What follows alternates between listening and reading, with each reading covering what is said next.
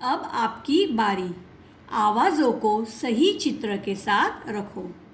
बच्चों, जब डमरू बजाते हैं तो उसमें से डम डम आवाज़ निकलती है। जब नल से पानी टपकता है तो उसमें से टप टप आवाज़ आती है। तो हम ये यहाँ पे ले आएंगे, टप टप, ठीक है। जब हम तबला बजाते हैं तब उसमें से ढम ढम आवाज़ निकलती है। जब जोर से बादल गरजते हैं तब उसमें से गड़गड़ आवाज़ निकलती है।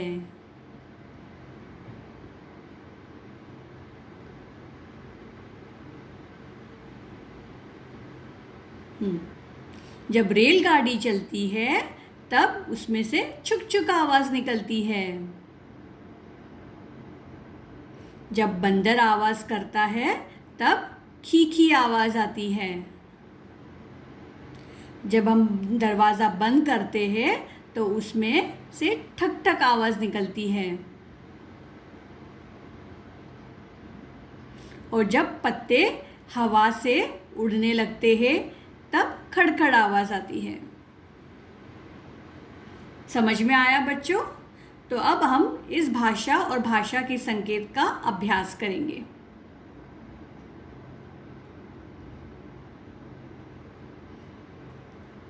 पहला प्रश्न है, खाली स्थान में उचित शब्द लिखो।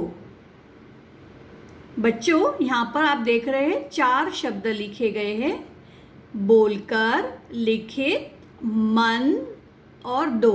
तो आपको इसमें से कोई भी एक शब्द यहाँ पर लिखना है जो सही हो। पहला है, भाषा के द्वारा हम अपने डैश की बात दूसरों को समझाते हैं। तो इसमें से चारों में से उत्तर आएगा मन। तो पूरा उत्तर है, भाषा के द्वारा हम अपने मन की बात दूसरों को समझाते हैं। नेक्स्ट, भाषा के डैश रूप होते हैं। इनमें से क्या आएगा? 2। उत्तर है 2। भाषा के 2 रूप होते हैं। नेक्स्ट, मौखिक रूप में हम डैश बोलकर अपनी बात समझाते हैं। इन चारों में से उत्तर आएगा बोलकर। मौखिक रूप में हम बोलकर अपनी बात समझाते हैं। नेक्स्ट, अखबार डैश भाषा का रूप है। उत्तर है लिखित। अखबार लिखित भाषा का रूप है। अगला प्रश्न हम पढ़ेंगे, ये संकेत क्या बताते हैं? यहाँ पे कौन सा चित्र है बच्चों? ट्रैफिक सिग्नल का। और ये हमें क्या संकेत देते हैं? यातायात के नियमों का पालन करना। दूसरा चित्र है, एक साइन बोर्ड है। उस साइन बोर्ड में आप देखेंगे एक बच्चा है और उसके हाथ में बस्ता है और वो स्कूल जा रहा है। तो ये क्या संकेत देते हैं? आगे स्कूल है। तीसरा चित्र में आप देखोगे एक लड़की है जिसके हाथ में ट्रॉफी है और वो दूसरे हाथ से 2 उंगलियां दिखा रही है। ये संकेत देता है कि वो जीत गई है, हम जीत गए। तो आपको इसके उत्तर यहाँ पे नीचे, चित्र के नीचे आपको इसका आंसर लिखना है। अगला प्रश्न है, नीचे दिए गए चित्रों से भाषा का कौन सा रूप पता चलता है? पहला चित्र आप देखेंगे, इस चित्र में 2 बच्चे पढ़ रहे हैं। बच्चों, जो किताब हम पढ़ते हैं उसे भी लिखित भाषा ही कहा जाता है। तो यहाँ पर उत्तर आएगा लिखित भाषा।